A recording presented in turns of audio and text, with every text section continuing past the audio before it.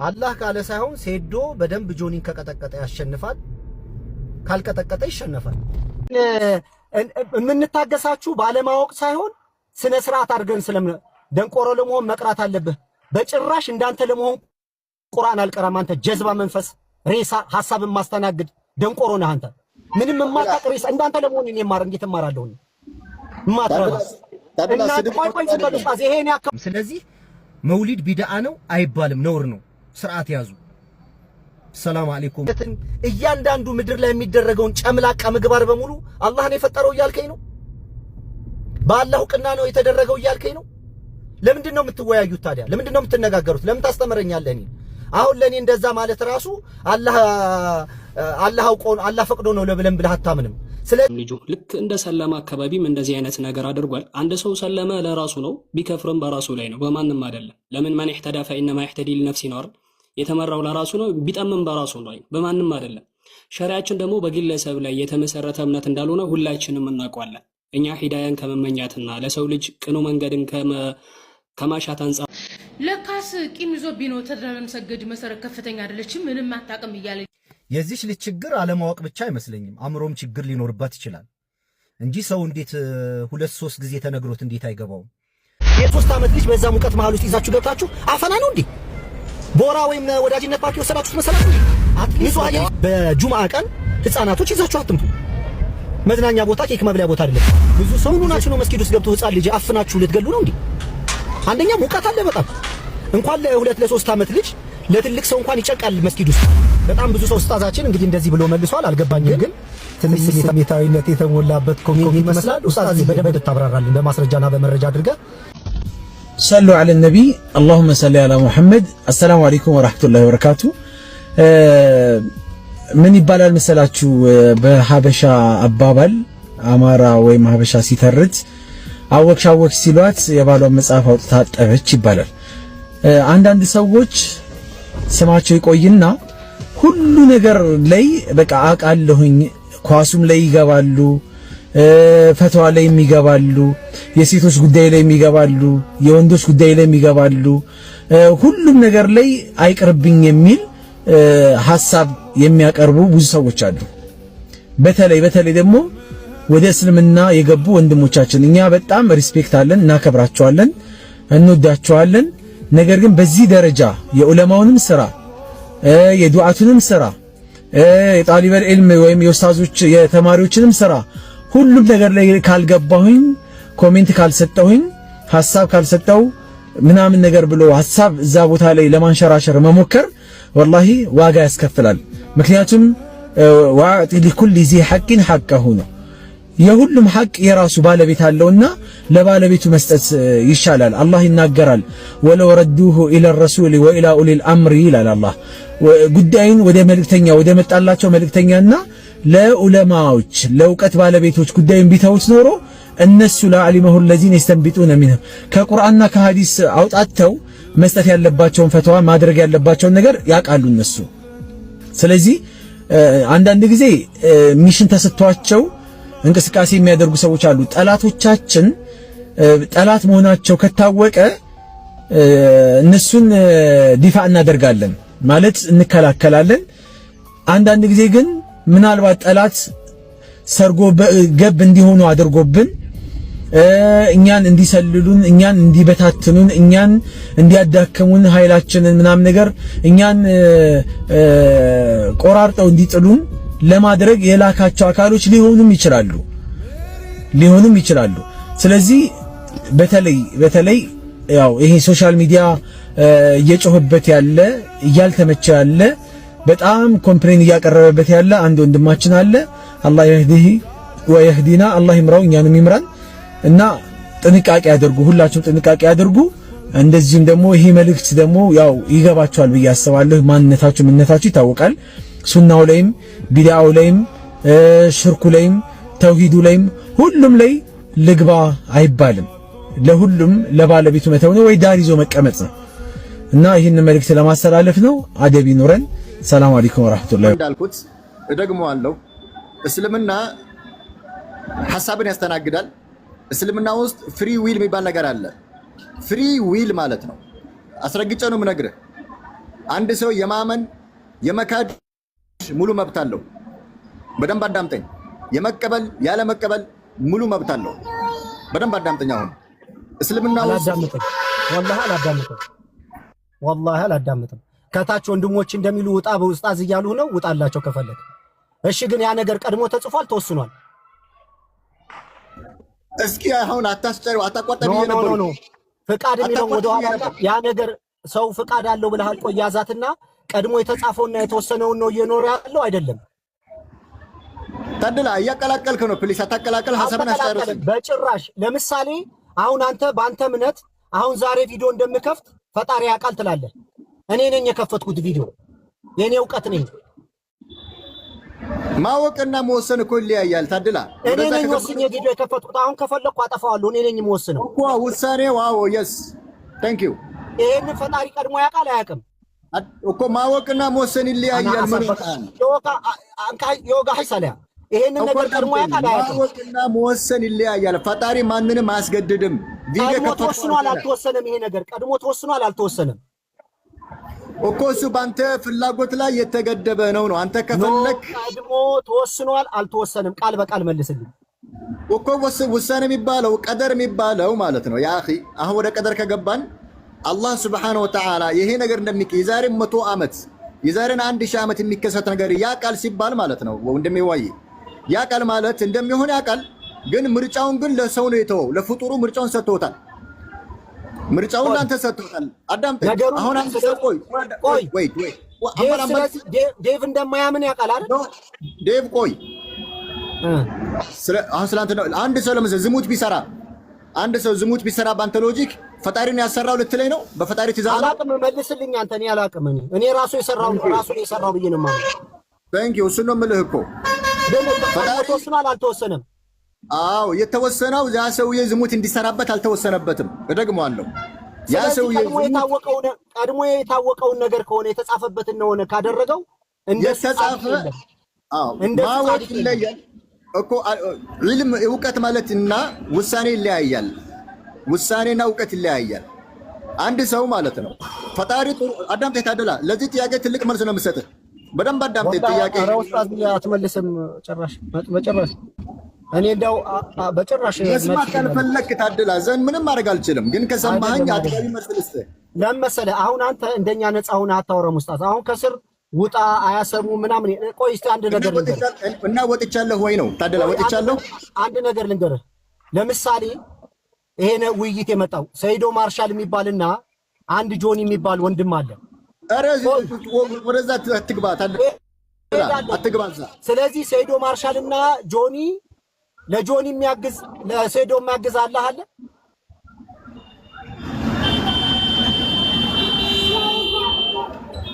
ወደዛ ገባ አልገባም። ስለዚህ የተጻፈውን ከሆነ ወደዛ አትግባ።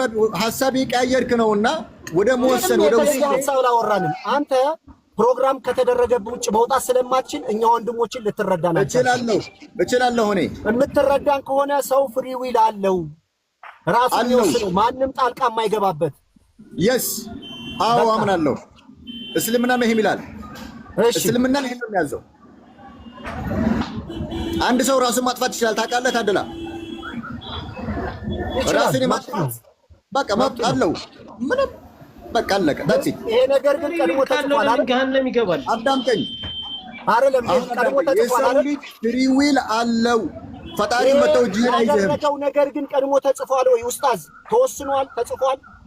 የተጻፈው ምንድነው ነው? የተጻፈና ባንተ ላይ ተጽፏል ማለትና ድርጊቶቹ ተጽፏል ማለት ይለያያሉ። እነዛ ድርጊቶች ተጽፏል ማለትና አንተ ላይ ተጽፎብሃል ማለት ይለያያል።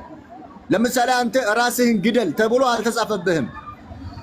እንደምትገድል ግን ያውቃል። አዳምጠኝ። አንተ ራስህ እንደምትገድል ሳይሆን አንተ ፈጣሪ ፈጥሮሃል። የፈጠረውን ፍጡር ያውቃል። አንተ ልጆችን አታውቃቸውም እንዴ ታድላ? የገዛ ልጆችን አታውቃቸውም? አላውቃቸውም። ከማን ለምን ትዋሸኛለህ? አይሆንም። ልጆችን እኮ ሴት እንደሆኑ አውቃለሁ። ምን እንደሚያስቡ አላውቅም። አንድ ፈጣሪ የፈጠረውን ፍጡር ያውቃል፣ ባህሪያቸውን፣ ጸባያቸውን። ልጆች የሚያስቡትና የሚያደርጉትን ነገር የሚፈልጉትን ነገር በጭራሽ አላቅም። ለማወቅም ጥረት አድርጌ አላቅምም ደግሞ ማንም ሰው አያውቅም። እንግዲህ እንደዚህ ከካድኬ ምንም ማድረግ አይቻልም። እናት የልጇን ባህሪ ታውቃለች። እኔ ልጆች የሚያስቡትን ነገር አላቅም። በምን ላቅ እችላለሁ ካልነገሩኝ? ያሰቡትን አይደለም ያሰቡትን ሳይሆን ሐሳባቸውን፣ ጸባያቸውን፣ ባህሪያቸውን ታውቃለህ። የሚወዱና የሚጠሉትን አውቃለሁ። እሱ አዳምጠኝ። ጸባያቸውን፣ ባህሪያቸውን አታውቅም? አውቃለሁ። ባህሪያቸውን አውቃለሁ። አዳምጠኝ። ጸባያቸውን፣ ባህሪያቸውን አታውቅም? አውቃለሁ። ታንኪዩ። ያ ባህሪ በህይወታቸው ምን ስለሆነ ነው ያወቁት? ስለተገለጠ። አዳምጠኝ። አሁን እንደዛ ከሆነ በዚህ ከተስማማን፣ ፈጣሪ ደግሞ ካንተ የበለጠ ደግሞ አንተ እውቀትህ የተገደበ ስለሆነ ነው፣ ፍጡር ስለሆንክ አንተ ልታቅ የምትችለው የልጆችህን ጸባይና ባህሪ ብቻ ነው። ምን እንደሚያስቡ ማወቅ አትችልም። ምን ሊያደርግ ታንኪዩ። ፈጣሪ ደግሞ ፈጣሪን እንደ ፈጣሪነቱ ካንተ እውቀት ብዙ ሺህ እጥፍ ይሄዳል። ያንተ የተገደበ ነው፣ የሱ ደግሞ የተገደበ አይባልም። አንተ ብቻ የምታውቀው የፈጣሪ እውቀት የለም። ፈጣሪ ያውቃል አያውቅም አይባልም። ሰው አይደለም። በዚህ ሚዛን አይመዘንም ፈጣሪ። ያንተ እውቀትና ፈጣሪ እውቀት አንድ ነው ታድላ? ኖ፣ ፈጣሪ እንደ ሰው አይመዘንም። አምሳያ የሌለው አምሳያ የሌለው በማንም የማይመረመር ያውቃል አያውቅም የማይባል ሁላችንን ያመጣ ፈጣሪ ሶርስ ምንጭ አለ። እሱ ምንጭ በእኔና ባንተ ያውቃል አያውቅም ተብሎ እንደ ሰው አይመዘንም። ነውር ነው ይሄ። እኔው አፋር ምን አለ የአፋር ተረት ምን ይባላል መሰለ? አቤን የሚያብሂናይ እደ አቤን የሚያባ ይባላል። ያወሩት ወሬ ሁሉ ወሬ አይሆንም። ወሬ ማለት ትክክለኛ ዋና ፖይንቱ ላይ ሲወራ ነው። ትክክል የመጨረሻ ወሬው ማለት ነው። ይሄ ምሳሌ ይሻላል እስካሁን ካወራው። እና ጀነራል እያልኩ ያለሁት እስልምና ፍሪ ዊል አለ ወይ? አዎ ፍሪ ዊል አለ። እምነት ነፃነት አለ። ውሸት። ኦኬ። ስለዚህ እኔ ነገርኩ ያለሁት አንድ በሎጂካሊ አንተ በምታምነው ሎጂክ ነው የምነግርህ። ሁለት ከተጻፈው ከዶኩመንትድ በሁለቱም መንገድ አረጋግጥልሃለሁ። እኔ ፍሪ ዊል እንዳለ በእስልምና ዶኩመንትድ በሆነውም በሎጂክም ማለት ነው። እስልምና ምናምን ሃይማኖት ጠቅላላ እኔን አፈቅድም። ውሸት ነው። ሃይማኖት አይፈቅድም። ፍሪ ዊል አለ ብሎ አያምንም። ሃይማኖት የሚባል ጠቅላላ ፍሪ ዊል አለ ብሎ አያምንም። ውሸት ነው። እስልምና ይፈቅዳል ወንድሜ። ፈመን ሻአ ፈልዩእሚን ወመን ሻአ ፈልየክፉር ትብለሃል። ሌላውን ቶ ፈጣሪ የፈለገ ይመን የፈለገ ይካድ ብሎ ዘግቶታል በሩን። እሷ ጋር ያዝና እንግባባ። እሺ ኡስታዝ፣ እሷ ጋር ያዝና እንግባባ። ለምሳሌ ቆይ እስልምናን እኔ ተቀብያለሁ። እስልምናን እንድቀበል የወሰንኩት እኔ ነኝ ወይስ ፈጣሪ ወስኖልኝ? እቺን መልስልኝ። አንተ ነህ። በቃ ሌላ የፈጣሪ ጣልቃ ገብነት የለውም። እኔ ነኝ የወሰንኩት። በቃ አመሰግናለሁ። አዳምጠኝ። በዚህ እንተማመናለሁ። አዳምጠኝ። አሳበከሪ አጭር የጠየቅኩህ እኮ ብላክ ኤንድ ዋይት እኮ አይደለም የጠየቅኩት። የስ ኦር ኖ ጥያቄ እኮ አይደለም። አዳምጠኝ። አሁን እስልምና ውስጥ እንድገባ ያንተ ውሳኔ አለበት ሳይሆን ሙሉ ለሙሉ እኔ ነኝ የወሰንኩት። እስልምና ውስጥ እንድገባ አንተ ነህ የወሰንከው። እደግመዋለሁ። ለምን በለኝ። ማንም አልወሰንም ለኔ። ለምን በለኝ። ለምን ያንተ ትንሽዬ ፍላጎት ባይኖር ያስገደደ ሰው አለ ታድላ እንድትሰልም? ማን አስገደደ? ማንም አላስገደደኝም። ስለዚህ ያንተ ውሳኔ ነው። አለቀ። ያንተ ውሳኔ ነው። ፈጣሪ አላስገደደህም። ማንም ጣልቃ አልገባም። ፈጣሪ ቢያስገድድህ ኖሮ ታድላ ዓለም ሁሉ ሙስሊም ይሆን ነበር። ሸሪዓ ምን ያህል ጠንካራ እንደሆነና ሸሪዓችን ቀልድ አለመሆኑን እንድታውቁ ፈልጋለሁ። ሸሪዓ ቀልድ አለመሆኑን እንድታውቁ ፈልጋለሁ። እንዴት እንድታውቁ እንደምፈልግ ልንገራችሁ። የግለሰብ ዛሬ ከአንድ ግለሰብ ጋር ሲያወራ ወይም ደግሞ ያው ከኡስታዝ አቡበከር ጋር ሲያወራ ምን የሚል ነገር መጣ፣ ምን የሚል ነገር ተናገረ። በእስልምና ፍሪ ዊል የሚባል ነገር የለም። ፍሪ ዊል ማለት ነፃ ፍቃድ ማለት ነው። ነፃ ፍቃድ የሚባል ነገር በእስልምና የለም ማለት ኖ። ነፃ ፍቃድ የሚባል ነገር በእስልምና አለ ሲሉት ኖ ውሸት ነዋል። ነፃ ፍቃድ በእስልምና አለ የሚባለው ውሸት ነዋል። ይህ በጣም ትልቅ ስህተት ነው፣ ሊታረም የሚገባ ነገር ነው። ነፃ ፍቃድ በእስልምና አለ ማለት ውሸት ነው። ሃይማኖቶች ላይ ምንም አይነት ነፃ ፍቃድ የለም። ይሄ በጣም ትልቅ ስህተት ነው። ኦኬ፣ አንደኛ በሰፊው እመጣበታለሁ። ፖይንቶችን ላስይዛችሁ ነው። የመጀመሪያው ነጥብ ማለት ነው። የመጀመሪያው ነጥብ። ሁለተኛ ቀደም ረስቸው ነበረ። ከታች ያላችሁ አንዱ ከታች ወንድም ይሁን እህት አስታውሰኛለች። ካፊር በነብዩ መሐመድ ሰለላሁ ዐለይሂ ወሰለም ዘመን የነበረ ነው ብሏል። አሁን ካፊር የለም። وهذا كمان غلط ትልቅ ስህተት ነው። አደገኛ ስህተት መሆኑን ወደፊት እመጣለሁ። ሶስተኛ ቀደም እንደገለጽኩላችሁ በውይይት ሂደት ላይ በደንብ አድርጋችሁ አስተውሉ። በውይይት ሂደት ላይ የሰው ልጅ ሲወለድ ሙስሊም ነው ማለት አለል ፊጥራን የተወለደው ማለት ውሸት ነው አለ። ያለ አካል ውሸት ነው አለ። ይህም እንመጣበታለን። አራተኛ ሐዲስን አስመልክቶ ሐዲስ ዝም ብሎ ተራ ንግግር ነው፣ ምንም እንደዛ የሆነ ትልቅ ነገር አይደለም፣ ተራ ንግግር ነው፣ ከቁርአን ውጭ ያለ ነገር ብሎ ያንንም ውድቅ የማድረግ ነገር ነው የተመለከትኩት ማለት ነው። እነዚህ በጣም ከባድ የሆኑ ነጥቦች ናቸው። እነዚህ ነጥቦች አላህ ካለ አሁን እንመለከታቸዋለን ማለት ነው። የመጀመሪያው ፍሪ ዊል ነው። ፍሪ ዊል ብሎ ማለት ይሄ ፍሪ ዊል የሚለው ቃል ፍሪ ዊል ማለት ነፃ ፍቃድ ማለት ነው፣ በቋንቋ ደረጃ ማለት ነው። ነፃ ፍቃድ ማለት እዚህ ጋር አንድ ቦክስ አለ፣ እዚህ ጋር ሁለተኛ ቦክስ አለ። አንድ እዚህ ጋር ሰው መጥቶ ከነዚህ ከሁለቱ መምረጥ ማለት ነው። ገብቷችኋል? ከነዚህ ከሁለቱ መምረጥ ፍሪ ዊል ተብሎ ይጠራል፣ ወይም ነፃ ፍቃድ ተብሎ ይጠራል። ስለዚህ አንድ ሰው ከዚህም መምረጥ ይችላል። እዚህ ጋር ወተት ካለ በደንብ አስተውሉ። እዚህ ጋር ደግሞ ሻይ ካለ የፈለገውን ነገር መጠጣት ይችላል። ሻይም ይሁን ወተት መምረጥ ይችላል። ይሄ ፍሪ ዊል ተብሎ ይጠራል በቋንቋ ደረጃ ወይም ደግሞ በሐሳብ ደረጃ ስንረዳው ማለት ነው። በእስልምና ሸሪዓ ፍሪ ዊል ብሎ ማለት አንድ ሰው የፈለገውን ነገር መከተል ማለት ነው፣ ወይም የፈለገውን ነገር ማድረግ ማለት ነው። ኦኬ፣ አንድ ሰው የፈለገውን ነገር ያደርጋል ማለት ፍሪ ዊል አለው ማለት ነው። እሺ፣ በእስልምና አስተምህሮ ይህ ነፃ ምርጫ ወይም ነፃ ፍቃድ የምንለው ነገር አለ ወይስ የለም ነው ጥያቄ። አስተውሉ። ነፃ ፍቃድ የሚባለው ወይም ነፃ ምርጫ የሚባለው ስላይት የሆነ ልዩነት ስላላቸው ነው፣ መጣበታለሁ። በእስልምና አስተምህሮ አለ ወይስ የለም ሲባል አለ ነው የምንለውኛ። እንዴት ነው አለ ብለን የምንናገረው?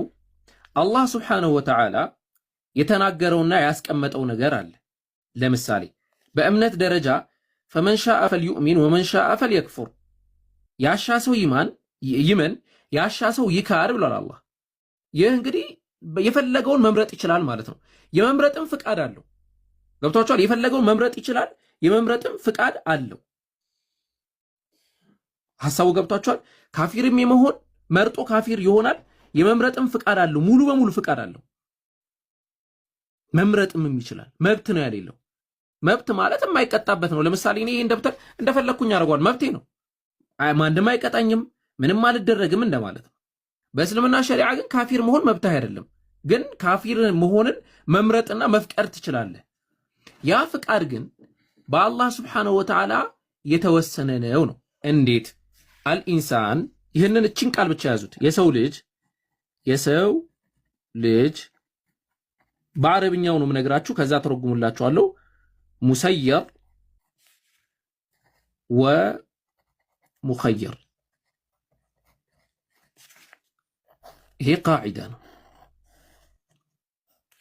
የሰው ልጅ ሙሰየር ነው።